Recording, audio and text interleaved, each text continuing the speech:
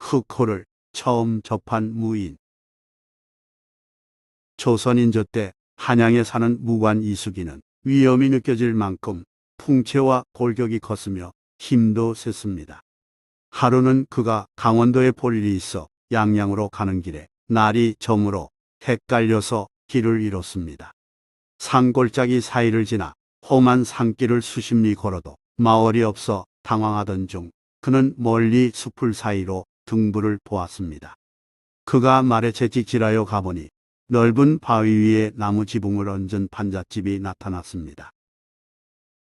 집은 넓은 편이었고 앞이 탁 트여 훤히 볼 수 있었습니다. 말 울음소리를 듣고 안에서 늙은 여자가 문을 열고 나와 맞이하는지라 이숙이는 따라 들어갔습니다. 집안에는 20살 남짓으로 보이는 젊고 아름다운 아낙네가 흰옷을 입고 앉아 있었으며 다른 사람은 보이지 않았습니다. 집 구조는 아래의 칸으로 나뉘어 있었고 상하를 가로막는 벽에는 문이 달려 있었습니다.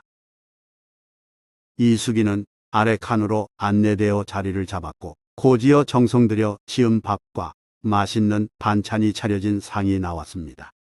두 여인이 향기로운 막걸리까지 곁들여 잠옷 정중히 접대하자 나그네 손님인 이숙이는 이상히 여겨 물었습니다. 이 집 장부는 어디로 갔소? 마침 출타하셨는데 곧 돌아오실 것입니다. 젊은 여인이 대답한 후 한동안 어색한 정막이 흘렀습니다. 밤이 깊어가자 과연 집주인이 돌아왔는데 팔척장신 건장한 몸집에 큰 목소리를 지닌 괴수 같은 사내였습니다. 집주인은 낯선 남자의 신발을 보고는 부인에게 따지듯 말했습니다. 이같이 깊은 밤에 어떤 사람이 부녀자만 거처하는 집에 와서 머문단 말인가? 몹시 해괴한 일이니 그냥 넘길 수 없도다. 그 호통의 두려움을 느낀 이숙이는 밖으로 나가 공손하면서도 당당한 태도로 해명했습니다. 멀리서 온 나그네가 해점으로 길을 잃고 간신히 여기에 이르렀는데 주인께서는 어찌하여 불쌍히 여기지 않고 도리어 책망하는 말씀을 하십니까? 사내는 이숙이를 훑어보더니 이내 활짝 웃으며 말했습니다. 손님 말이 옳소. 내가 잠깐 장난한 것이니 염려하지 마시오. 사내는 말을 마친 뒤 관솔불로 뜰을 밝혔으며 한쪽에 사냥해온 사슴, 노루, 멧돼지를 쌓아 놓았습니다. 이숙이는 그걸 보고 더욱 두려웠지만 반면에 주인은 손님을 보고 기뻐하는 기색을 숨기지 않았습니다. 사내는 멧돼지와 사슴을 손질하여 솥에 넣어 푹 익혔고 밤이 깊어지자 등불을 들고 방으로 들어와서 이숙이에게 대화를 청했습니다. 손님, 이야기 좀 합시다. 이숙이가 일어나 앉으니 눈앞에 큼직한 고깃덩어리가 쌓인 쟁반과 술이 가득 담긴 술동이가 보였습니다. 한 잔 드시지요.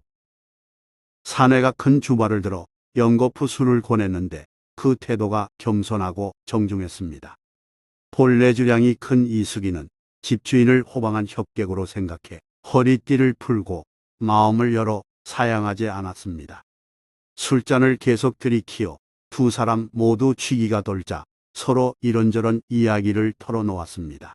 기분 좋게 취했을 때 주인 사내가 갑자기 앞으로 다가와 이숙이의 손을 잡으며 말했습니다. 그대의 기고를 보니 범상치 않구려. 용맹하고 장렬함이 남다르다고 생각돼요.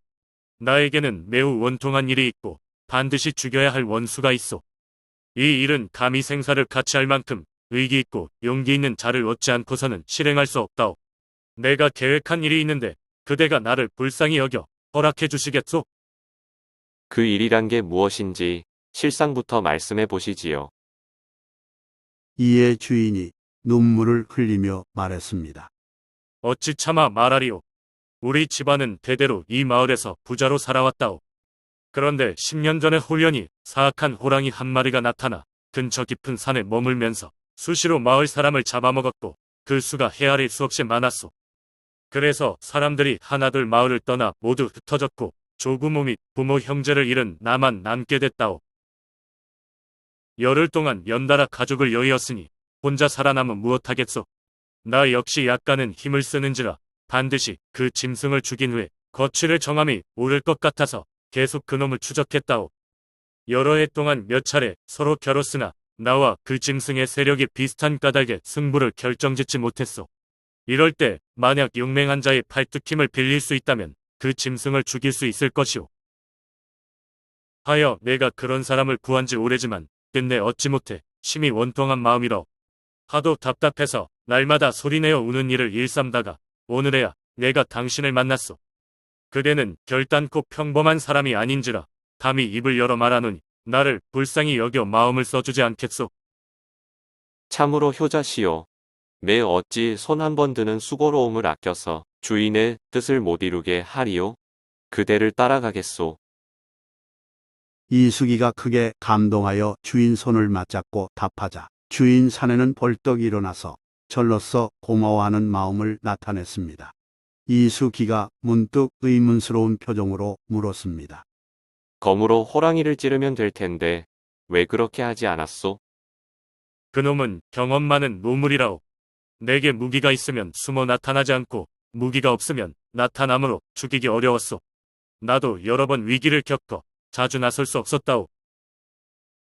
그렇다면 며칠 동안 기운을 기른 후에 일을 추진합시다. 이수기 제안에 주인이 동의했고 두 사람은 10여일 동안 마음껏 고기를 먹으며 체력을 비축했습니다.